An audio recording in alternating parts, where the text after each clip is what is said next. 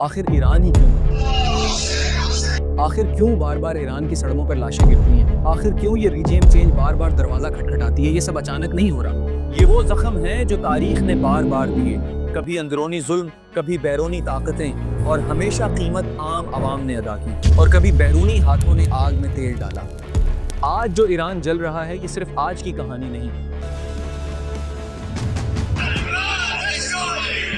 یہ ایک لمبی خون آلود اور ادھوری تاریخ کا نتیجہ ہے۔ یہ جو آپ آج ایران میں سڑکوں پر آگ دیکھ رہے ہیں یہ آج کی نہیں ہے، یہ آگ 2 دن کی نہیں، 2 سال کی نہیں، یہ 2 صدیوں سے سلگ رہی ہے۔ ایران کی کہانی انقلاب سے شروع نہیں ہوتی، یہ کہانی شروع ہوتی ہے 19ویں صدی کے اندھیروں سے، جب ایران ایک ریاست تھا مگر اختیار اس کے ہاتھ میں نہیں تھا۔ قاجار دور، ایک کمزور تخت، ایک تھکی ہوئی سلطنت اور ایک ایسی قوم جس کی زمین پر سب کی نظریں تھیں، شمال میں روس، جنوب میں برطانیہ۔ دونوں طاقتیں ایران کو ملک نہیں راستہ سمجھتی تھیں۔ جنگیں ہوئیں، معاہدے مسلط کیے گئے، قفقاز گیا، عزت گئی، اور عوام کو بتایا گیا خاموش رہو۔ ترکمان چائے، گلستان، یہ صرف معاہدے نہیں تھے، یہ وہ زخم تھے جو قوم کے سینے پر کھود دیے گئے۔ ریاست بچانے کے نام پر ریاست بیچی گئی، کبھی تمباکو کا حق، کبھی تجارت کی کنجیاں، کبھی خزانہ، سب کچھ بیرونی طاقتوں کے حوالے، اور اندر ایک دربار جو صرف اپنی کرسی بچا رہا تھا۔ مگر ہر بار جب تخت جھکا، عوام کے اندر کچھ جاگ گیا۔ 1809 تمباکو تحریک، یہ صرف تمباکو نہیں تھا، یہ پہلا لمحہ تھا جب ایک قوم نے کہا ہم زندہ ہیں۔ علماء، تاجر، عوام سب اکٹھے ہوئے۔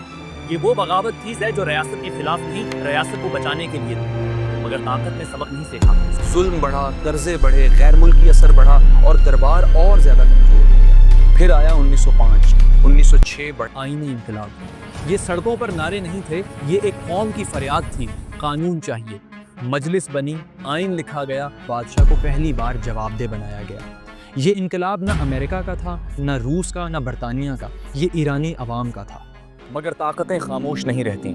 روسی توپیں چلیں، مجلس توڑی گئی، نمائندے قتل ہوئے، اور ایک بار پھر عوام کو پیچھے دھکیل دیا۔ کچھ بغاوتیں آزادی کے لیے تھیں، کچھ بغاوتیں اقتدار کے لیے، اور اس فرق کی قیمت ہر بار عام عوام نے ادا کی۔ 1800 سے 1900 تک ایران بدلا نہیں، ایران کو بدلا گیا، اور یہی زخم آگے جا کر بڑے طوفانوں کی بنیاد بنے۔ جب ایک قوم بار بار کمزور کی جائے تو آخرکار کوئی نہ کوئی طاقت بن کر ابھرتا ہے۔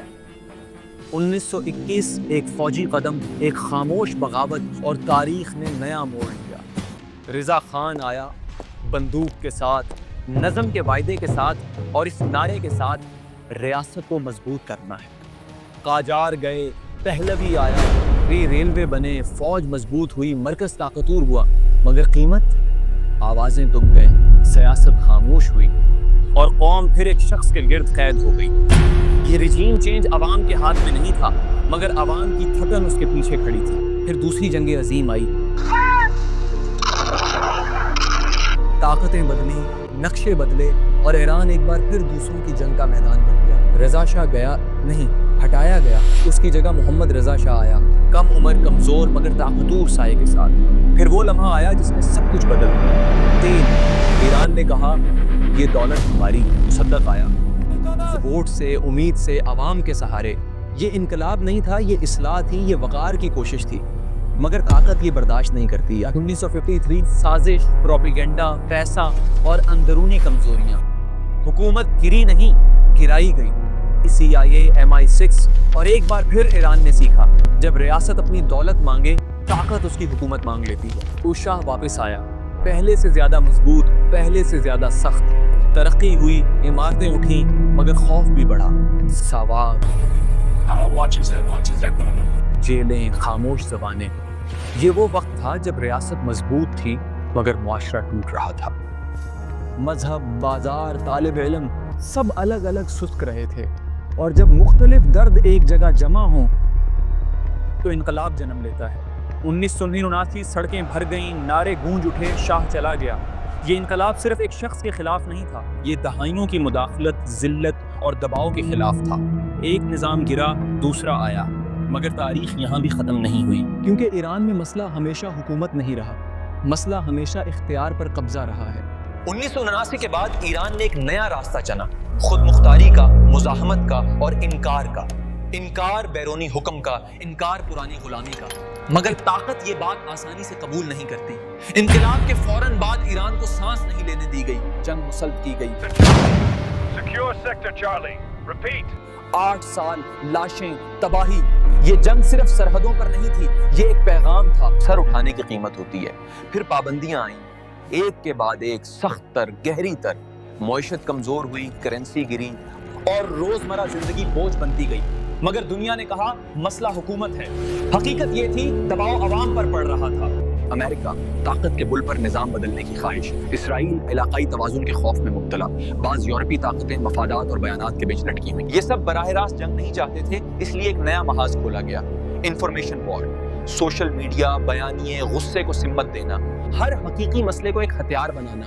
اندر سے بھی ریاست کمزور تھی، بد انتظامی، کرپشن کے الزامات، طاقت کے مراکز کی کشمکش۔ کچھ لوگ اصلاح چاہتے تھے، کچھ اقتدار، اور کچھ صرف یہ چاہتے تھے کہ آگ بڑھے تاکہ وہ اس کی روشنی میں اپنا فائدہ دیکھ سکیں۔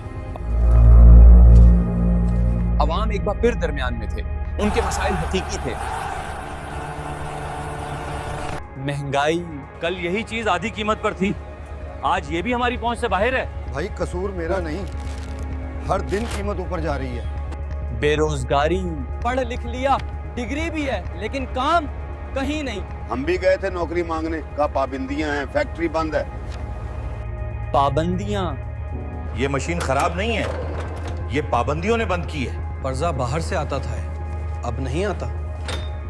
مگر ان کے جذبات ہر بار کسی اور کی جنگ میں ایندھن بنائے گئے۔ آج کے مظاہرے صرف احتجاج نہیں، یہ ایک میدان ہے جہاں اندرونی کمزوریاں اور بیرونی خواہشیں آمنے سامنے ہیں۔ کوئی انسانی حقوق کے نام پر، کوئی آزادی کے نعرے کے ساتھ، اور کوئی خالی ہاتھ صرف زندہ رہنے کی امید میں۔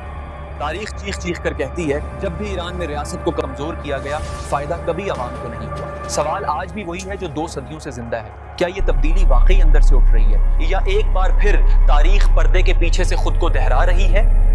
فیصلہ نعروں سے نہیں ہوگا، فیصلہ شعور سے ہوگا۔ ایک آخری سوال، کیا ایران میں جو ہو رہا ہے وہ واقعی عوام کی آواز ہے، یا تاریخ ایک بار پھر کسی اور کے ہاتھوں خود کو دہرا رہی ہے؟ آپ کیا سمجھتے ہیں؟ کامنٹ میں اپنی رائے کا اظہار کریں۔